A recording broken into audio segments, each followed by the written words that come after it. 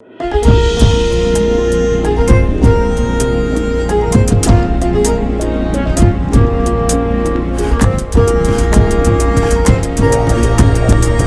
ጤና ይስጥልኝ ውድ የፈታ ዴሊ ተከታታዮቻችን፣ ይህ የዕለተ አርብ ረፋድ ጥንቅራችን ነው። በዕለቱ ለእናንተ አዳዲስ መረጃዎች ይሰጣሉ ያልናቸውን ሀገራዊና ዓለም አቀፋዊ ዕለታዊ መረጃዎችን አሰባስበን በማጠናቀር ተገኝተናል። ቆይታችሁን ከእኛ ጋር እንድታደርጉ የቅድሚያ አክብሮታዊ ግብዣችን ነው። ወደ ዕለቱ ዝርዝር መረጃዎቻችን ከማለፋችን በፊት በቅድሚያ ዋና ዋናዎቹን እንጠቁማችሁ። ከሰሞኑ ህወሓት በድንገት ይፋ ያደረገው ውሳኔ በትግራይ ዳግም ጦርነት ስጋትን የፈጠረ መሆኑን አንድ ዘገባ አመልክቷል። ጥንቅራችን ተመልክቶታል። ከተወሰኑ ዓመታት ወዲህ ግብጽ በኢትዮጵያ ጎረቤት ሀገራት በኩል ከበባ በሚመስል መልኩ እያደረገች ያለውን እንቅስቃሴ በተመለከተ በኢትዮጵያ መንግስት በኩል ምላሽ ተሰጥቶበታል። ግብጽ ከሰሜን አፍሪካ ቀጠናዋ በመሻገር በምስራቅ አፍሪካና በናይል ተፋሰስ ሀገራት በኩል መጠነ ሰፊ እንቅስቃሴዎችን ማድረግ ከጀመረች ዋላ ድር ብላለች። በሱዳን፣ ደቡብ ሱዳን፣ ኤርትራ፣ ሶማሊያና ጅቡቲ የሚደረጉት የግብጽ እንቅስቃሴዎች ተጠቃሾች ናቸው። በዚሁ ዙሪያ የኢትዮጵያ መንግስት ምን አለ የሚለውን በተመለከተ ጥንቅራችን ሊያደርሳችሁ ይዞታል። በቀይ ባህር አካባቢ ያለው የጂኦፖለቲካዊ ትኩሳት በከፍተኛ ደረጃ እየጨመረ ባለበት በአሁኑ ወቅት በአስመራ የተካሄደው ስብሰባ ብዙዎችን ትኩረት ስቧል። በኤርትራ የተጀመረው ይህ አዲስ ዲፕሎማሲያዊ እንቅስቃሴ በቀጠናው ላይ አዲስ የኃይል አሰላለፍ ይዞ ብቅ ማለቱ አልቀረም። ይሰሙታል። በኢትዮጵያና በተባበሩት አረብ ኤምሬትስ መካከል የተመሰረተው ጥብቅ ወዳጅነት የካይሮን የደህንነት መዋቅር በእጅጉ ያናጋ አዲስ ክስተት ሆኗል። አልሲሲ ሀገራቸው በቀጠና ያላትን ተጽዕኖ ታጣለች በሚል ከባድ ስጋት ውስጥ መሆናቸውን ዘ ኢኮኖሚስት አስነብቧል። ዝርዝር መረጃውን ከጥንቅራችን ይሰሙታል። የትራምፕ አዲስ ውሳኔ በኢትዮጵያና በኤርትራ መካከል ያለውን የኃይል ሚዛን ሙሉ በሙሉ ቀይሮታል። በአፍሪካ ቀንድ የተጀመረው ይህ ድብቅ የፖለቲካ ቁማር ቀጠናውን ወደ አዲስ ምዕራፍ ወይም ወደ ከረረ የጦር መሳሪያ ፉክክር የሚመራበት እድል ሰፊ ነው። መረጃውን ይዘነዋል። በጣና ሐይቅ የቅድስት ክርስቶስ ሰምራ ዓመታዊ ክብረ በዓል ለማክበር የሚጓዝ የኢትዮጵያ ኦርቶዶክስ ምዕመናንን ይዛ የነበረች አንዲት ጀልባ ሰምጣ አንድ አባት መሞታቸው ተነገረ። በማህበራዊ ሚዲያ ወደ 80 ሰዎች ሞቱ በሚል እየወጣ ያለው መረጃ ግን የተሳሳተ መሆኑን ዜና ምንጮች አረጋግጠዋል። አደጋውን የተመለከተ መረጃ ይዘናል።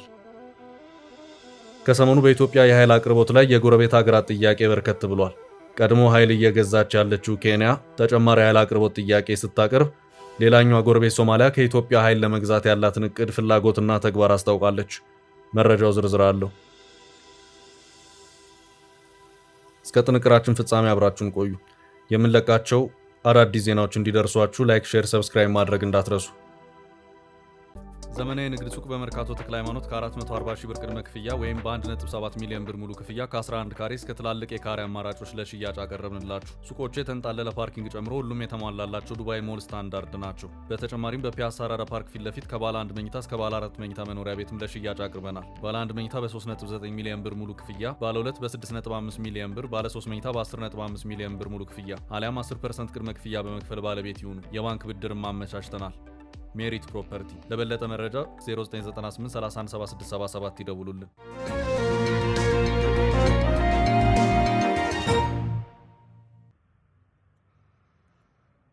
የህወሓት ውሳኔ በትግራይ ስጋትን ፈጠረ። ህወሓት ሰሞኑን ባሳለፈው ውሳኔ ትግራይ ትምህርት ቤቶች በኢትዮጵያ ካለ የትምህርት የጊዜ ሰሌዳ አንድ ወር ቀደም ባለ ጊዜ እንዲዘጉ መወሰኑን ተከትሎ በትግራይ ነዋሪዎች በኩል ስጋትን ማሳደሩ ታውቋል። ዶቼ ቬለ ባሰራጨው ዘገባ እንዳመለከተው ከሆነ ህዝቡ ስጋት ያደረበት ትምህርት ቤቶቹ ቀድሞ እንዲዘጉ ትዕዛዝ መውጣቱ ምናልባትም ዳግሞ ወደ ጦርነት ለመግባት የሚደረግ ዝግጅት ሊሆን ይችላልም በሚል ነው። በህወሓት በኩል የተሰጠው ምክንያት ለመምህራን የሚከፈል ደሞዝ የለም፣ ነዳጅም የለም በሚል ነው። የትግራይ ክልል ጊዜያዊ አስተዳደር የትምህርት ቢሮ የ2018 ዓ.ም የዘንድሮ የትምህርት ዘመን ከነዳጅ እጥረት፣ ከደሞዝ መዘግየትና ከትምህርት መሰረተ ልማት መስተጓጎል ጋር በተያያዘ ምክንያት ከታቀደው አንድ ወር ቀደም ብሎ ያበቃል ሲል ነው ያስታወቀው። ከዚሁ በተያዘው ሳምንት የቢሮ ኃላፊ ኪሮስ ጉሽ የፌዴራል መንግስት የበጀት ድልድልና የነዳጅ አቅርቦቶችን መከልከሉ በክልሉ የመምህራን ደሞዝ በወቅቱና በአግባቡ መክፈል የማይቻል አድርጎታል ሲሉ ለክልሉ መገናኛ ብዙሃን በሰጡት ጋዜጣዊ መግለጫ አስታውቋል። ይህን የትግራይ ክልል የትምህርት ቢሮ መግለጫ የሰሙ የክልሉ ነዋሪ ተማሪዎቹ ትምህርታቸው ቀደም ብሎ እንዲዘጋ የተወሰነው ምናልባት በትግራይ ክልልና በፌዴራል መንግስት መካከል ጦርነት ሊቀሰቀስ ይችላል የሚል ስጋት ውስጥ ገብቷል ሲልም ዶቼ ቬለ ከመቀሌ ባሰራጨው ዘገባ አመላክቷል። ከተወሰኑ ጊዜያት የትግራይ መገናኛ ብዙሃን የጦርነት ቅስቀሳ በሚመስል መልኩ ወታደራዊ እንቅስቃሴዎችን በስፋት ማሰራጨት የጀመሩበት ሁኔታ እየታየ ነው። በዚሁ አዲስ ወታደራዊ እንቅስቃሴም በርካቶች ዳግም ጦርነት ሊቀሰቀስ ይችላል በሚል ስጋታቸውን እየገለጹ ይገኛሉ። ህወሓት በሰላም ካልሆነ በኃይል ግዛታችንን እናስመልሳለን እያለም ይገኛል።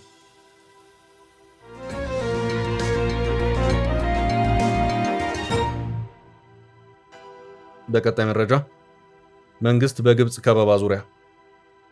ከተወሰኑ ዓመታት ወዲህ ግብጽ በኢትዮጵያ ጎረቤት ሀገራት በኩል ከበባ በሚመስል መልኩ እያደረገች ያለውን እንቅስቃሴ በተመለከተ በኢትዮጵያ መንግስት በኩል ምላሽ ተሰጥቶበታል። ግብጽ ከሰሜን አፍሪካ ቀጠናዋ በመሻገር በምስራቅ አፍሪካና በናይል ተፋሰስ ሀገራት በኩል መጠነ ሰፊ እንቅስቃሴዎችን ማድረግ ከጀመረች ዋላ ድር ብላለች። በሱዳን፣ ደቡብ ሱዳን፣ ኤርትራ፣ ሶማሊያና ጅቡቲ የሚደረጉት የግብጽ እንቅስቃሴዎች ተጠቃሾች ናቸው። በሱዳን የእርስ በእርስ ጦርነት ምክንያት ሂደቱ ተቋረጠ እንጂ ግብጽ ወደ ኢትዮ ሱዳን ድንበር በመጠጋት ከሱዳን ጋር የጦር ልምምድ እስከ ማድረግም የደረሰች መሆኑ የሚታወስ ነው። ከዚያ በኋላም በአፍሪካ ህብረት ሰላም አስከባሪ ስምም ወደ ሶማሊያ ጦር ለመላክ ሰፊ እንቅስቃሴዎችን ስታደርግ ቆይታለች። በቅርብ የወጣ አንድ መረጃ ደግሞ ግብጽ በደቡብ ሱዳን ሳይቀር በሚስጥር ጦር አስገብታ ነበር። ሆኖም የደቡብ ሱዳን መንግስት ይሄው የግብጽ ጦር ለቆ እንዲወጣ ትዕዛዙን አስተላልፏል። ግብጽ ከዚህም በተጨማሪ ከኤርትራ ጋር ልዩ ግንኙነትን የጀመረች ሲሆን የአገሪቱ ፕሬዝዳንት አብዱል ፈታህ አልሲሲን ጨምሮ ሌሎች ሚኒስትሮች ወደ አስመራ አምርተዋል።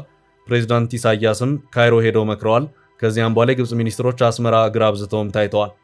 ግብጽ ኤርትራንና ሶማሊያን ባካተተ መልኩ አንድ የቀጠናው ወታደራዊ ግንባርን ለመፍጠር ጥረት አድርጋም ነበር። ሆኖም በመጨረሻ ሶማሊያ በማፈግፈጓ ይሄው አስመራ ላይ ተፈርሞ የነበረው ቃል ኪዳን በስኬት ሳይደመደም ቀርቷል። ግብጽ የምታደርጋቸው እንቅስቃሴዎች ኢትዮጵያን ታሳቢ ያደረጉ መሆናቸው ግልጽ ሲሆን የቅኝ ግዛት የውሃ የበላይነቷን አስጠብቃ ለማስቀጠልም ከኢትዮጵያ ጎረቤት ሀገራት ባሻገርም የናይል ተፋሰስ ሀገራትንም ጭምር እያስተባበረች ትገኛለች። የአገሪቱ ባለስልጣናት ለዚሁ ዓላማቸው ማስፈጸሚያም $100 ሚሊዮን የመደቡ መሆኑንም ከሰሞኑ አስታውቋል። ይህ ከኢትዮጵያ ውጭ ያሉትን ሌሎች የአባይ ተፋሰስ ሀገራትን የውሃ መብታቸውን በአግባቡ እንዳይጠቀሙ ለማድረግ በሚመች መልኩ ለማባበል የተመደበ በጀት ነው። ግብጽ በዚህ መልኩ ቀጠናዊ እንቅስቃሴዎችን ስታደርግ በኢትዮጵያ በኩል ብዙም የተሰጠ አስተያየት ወይም ምላሽ ባይኖርም ከሰሞኑ መግለጫን የሰጡት የውጭ ጉዳይ ሚኒስትር ቃል አቀባይ አምባሳደር ነቢያት ጌታቸው በዚህ ጉዳይ አጠር ያለ ማብራሪያን ሰጥተዋል። ከበባ በሚመስል መልክ ግብጽ በቀጠና የምታደርገውን እንቅስቃሴ ውጥረትና ትንኮሳ የሚመስሉ ድርጊቶች በተደጋጋሚ እየታዩ ነው ያሉት ቃል አቀባዩ አምባሳደር ነቢያት ይህ አዲስ ነገር አይደለም፣ ግብጾች ለረጅም ጊዜ ሲከተሉት የቆዩና የሞከሩት ስልት ነው። ኢትዮጵያ የባህር በር አጀንዳዋ ምን ያህል አስፈላጊ እንደሆነም አንዱ ማሳያው ይህ ነው። ኢትዮጵያ ፍላጎቷን ባነሳችበት ወቅት ኢትዮጵያን ለማነቅ የሚደረጉ እንቅስቃሴዎች የመጨመርም የመጠናከርም አካሄድ አለ። ይህ አካሄድ ግን ከዚህ ቀደምም ሲሞክሩት የቆየ ስልት ነው። ኢትዮጵያ ምንም ቢሆን የባህር በር ፍላጎት አጀንዳዋን አጠናክራ የምትቀጥልበት ይሆናል። ፍላጎቱን እውን በማድረጉ ረገድም ኢትዮጵያ ሂደቱ ሰላማዊና ዲፕሎማሲያዊ በሆነ መንገድ መሆኑንም ደጋግማ አስረድታለች ሲሉም ተናግረዋል።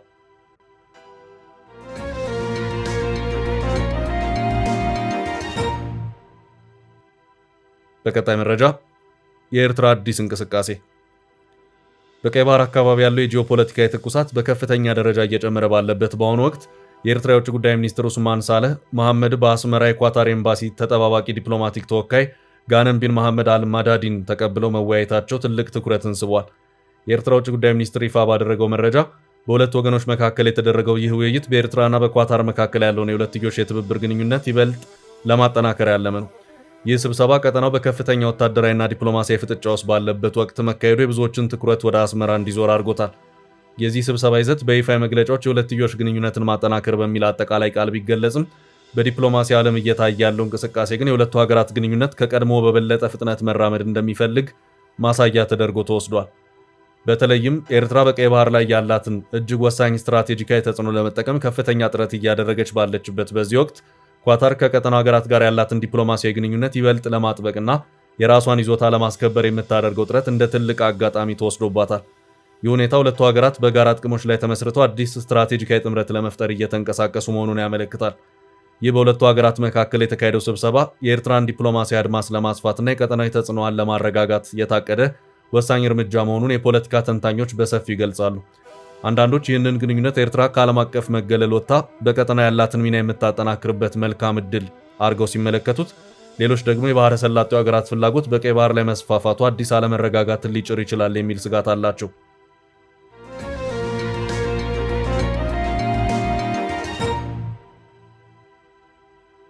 በቀጣይ ርዕስ ሲሲ በጠቅላይ ወዳጅ እጅ ወደቁ። በኢትዮጵያና በተባበሩት አረብ ኤምሬትስ መካከል የተመሰረተው ጥብቅ ወዳጅነት የካይሮን የደህንነት መዋቅር በእጅጉ ያናጋ አዲስ ክስተት ሆኗል። የግብጽ ፕሬዝዳንት አብዱል ፈታህ አልሲሲ በአሁኑ ወቅት ሀገራቸውን ከገጠማት ከባድ የኢኮኖሚ ቀውስ ለማውጣት ከተባበሩት አረብ ኤምሬትስ የሚገኘውን ግዙፍ የገንዘብ ድጋፍና ኢንቨስትመንት አጥብቆ ይፈልጉታል።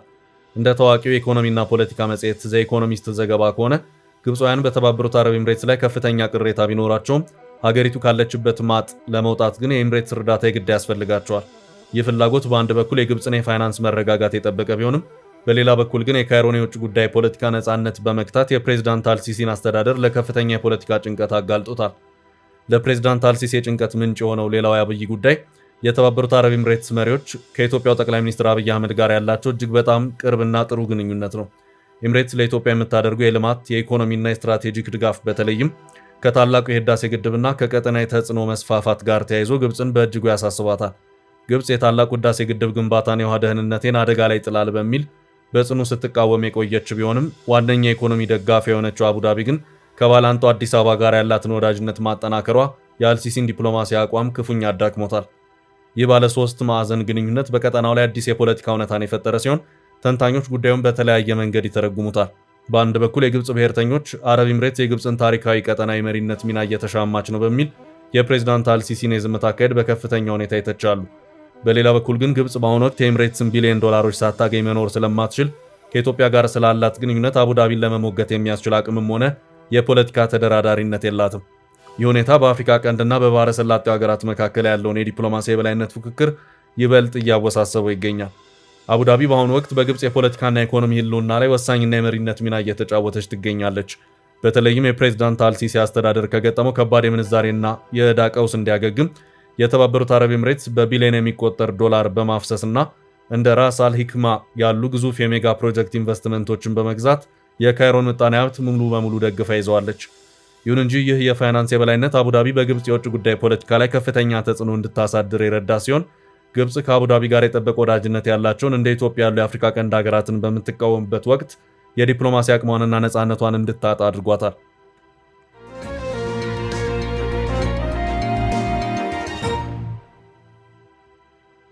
በቀጣይ መረጃ በጣና ሐይቅ ስለተፈጠረው የጀልባ አደጋ የተሰማው፣ አንድ አባት ሞተዋል። የቅድስት ክርስቶስ ሰምራ ዓመታዊ ክብረ በዓልን ለማክበር የሚጓዙ የኢትዮጵያ ኦርቶዶክስ ምዕመናን ይዛ የነበረች አንዲት ጀልባ ጣና ሐይቅ ላይ በደረሰባት የመስጠም አደጋ መስጠሟ አስደንጋጭ መረጃ ሆኖ ተሰምቷል። በጣና ሐይቅ ላይ በሰጠመችው ጀልባ ብዙዎች ሕይወታቸውን እንዳጡ ተደርጎ የተሰራጨ መረጃ ግን ትክክል አለመሆኑ የጣና ሐይቅ ጀልባ ባለ ንብረቶች ማህበር ገለጸ። በአደጋው እጅግ አሳዛኝ በሆነ ሁኔታ አንድ አባት ሕይወታቸውን ማጣታቸውን የገለጸው ማህበሩ በርካቶች ሞተዋል መባሉ ግን ውሸት ነው ብሏል። በማህበራዊ ሚዲያ አደጋን የሚያሳዩ ተብሎ የወጡ ምስሎች በሰው ሰራሽ አስተውሎት የተቀናበሩ መሆናቸውን ማህበሩ ገልጿል። የጣና ሐይቅ ጀልባ ባለንብረቶች ማህበር ትላንት ከሰዓት ስለ ክስተቱ አስመልክቶ የሰጠውን ማብራሪያ ነው ይህንን ያለው። አሁንም ድረስ ጉዳዩ በማህበራዊ ሚዲያው መነጋገሪያ ሆኖ 80 ሰዎች ሞተዋል እየተባለ ሐሰተኛ መረጃ እየተሰራጨ ይገኛል። የዜና ምንጮች ጉዳዩን ከገዳሙ አካላት ለማረጋገጥና ማብራሪያ ለማግኘት ያደረጉት ጥረት አለመሳካቱ ተዘግቧል። ሆኖም የጣና ሐይቅ ጀልባ ባለንብረቶች ማህበር በሰጠው ቃል ግን ጀልባው እንደሰጠ ማረጋግጦ ከ80 በላይ ጀልባው ተሳፋሪዎች ሕይወታቸው ተቀጥፏል የሚባለው ውሸት እንደሆነ ገልጿል። የማህበሩ መሪ አቶ ቻላቸው ጌትነት ጀልባው ሰጥሟል፣ እውነት ነው፣ ብዙዎች ሞቱ መባሉ ግን ሐሰተኛ ነው ሲሉ መናገራቸውን የቲክቫ የዜና ምንጭ ዘግቧል። የሰጠመው የአሳ ጀልባ በመባል የሚታወቀው ጀልባ እንደሆነና ሰዎችን ጭኗል መባሉ እውነት መሆኑን፣ ነገር ግን ብዙዎች ሞቱ እየተባለ የሚራገበው ውሸት እንደሆነ የማህበሩ መሪ ደግመው አረጋግጠዋል። በእርግጥ ያለ አግባብ ሰዎችን እየጫኑ ነበር። የሰጠመው ጀልባ ከሌላ ጀልባ ጋር ተጋጭቶ ጀልባው የመስጠም አደጋ ደርሶበታል። አንድ ሰው እንደተጎዳ ነው የሰማሁት። ቲክቶክ ላይ ግን ብዙ ሰዎች ሞቱ ብለው የሐዘን መግለጫ እያነበነቡ ነው ብለዋል። አክለውም ማናቸው የሞቱት፣ የየት አካባቢ ሰዎች ናቸው የሚለውን እንኳን በትክክል አልሰማውም። ጀልባው የሰጠመበት ቦታ ከሐይቁ ዳርቻ ነው። ያን ያህል ሰዎች ሰጥመው የሚሞቱበት አይደለም፣ የሚዋኝበት ቢሰጥሙ እንኳን የሚወጡበት ነው ሲሉ አክለዋል። በሌላ በኩል የአማራ ክልል ፍትህ ቢሮ ምክትል ኃላፊ አያሌው አባተ 80 ሰዎች ሞቱ እየተባለ የሚወራው ሐሰት ነው ብለዋል። በጣና ሐይቅ ወደ ክርስቶስ ሰምራ ትላንት ሲሄዱ ጀልባ ሰምጦ 80 ተሳፋሪዎች ሕይወት ተቀጠፈ በሚል በማህበራዊ ሚዲያ ላይ በአንዳንድ ሰዎች የሚሰራጨው ወሬ ሐሰት ነው ያሉ ሲሆን በጀልባዎች የእርስ በእርስ ዳር አካባቢ መገጫጨት አንድ አባት ሕይወታቸው ከማለፍ ውጪ ሌላ የተፈጠረ ነገር የለም ብለዋል። የዜና ምንጩ ያናገራቸው የአማራ ክልል ኮሚኒኬሽን ቢሮ ኃላፊ አቶ አባይ መንግስቴ እኛ የምናውቀው ነገር የለም፣ ጉዳዩን አልሰማንም ማለታቸውን ዘገባው አክለዋል።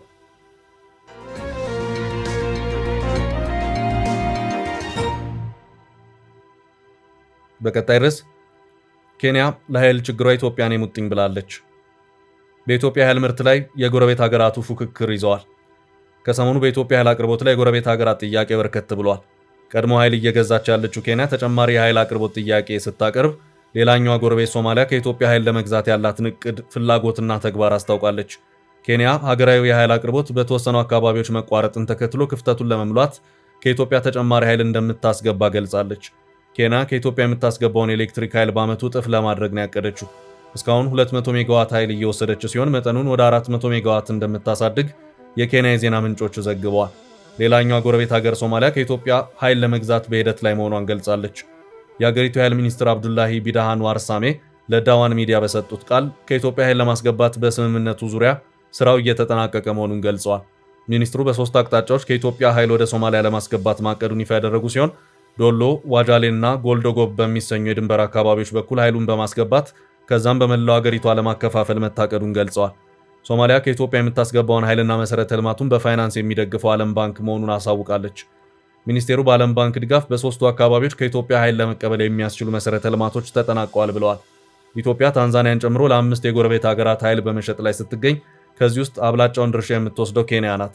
በቀን የ200 ሜጋዋት ኃይል በ1045 ኪሎ ሜትር በሚረዝመው መስመር ኬንያ ይደርሳል። ጅቡቲ ከሁሉም ቀድማ ኃይል ከኢትዮጵያ የምታስገባ ሀገር ስትሆን ሱዳን በጦርነቱ ምክንያት መቆራረጥ ቢደርስባትም ሌላኛዋ የኢትዮጵያ ኃይል ሽያጭ ተጠቃሚ ናት። ታንዛኒያ ከወራት በፊት በኬንያ በኩል ኃይል ከኢትዮጵያ ማስገባት መጀመሯ መዘገቡ ይታወሳል። ሌላኛዋ ሀገር ደቡብ ሱዳን የኃይል ሽያጭ ስምምነትን ወደ ማጠናቀቁ ላይ መሆኗን መረጃዎች ያመለክታሉ። ኢትዮጵያ ከኃይል ሽያጭ በድምሩ በዓመት 118.1 ሚሊዮን ዶላር ገቢ እንደምታገኝ ሲገመት ኬንያ በዓመት 86 ሚሊዮን ዶላር፣ ጅቡቲ 30 ሚሊዮን ዶላር እንዲሁም ሱዳን እስካሁን ያልከፈለችው 900,000 ዶላር እንዳለባት ይነገራል።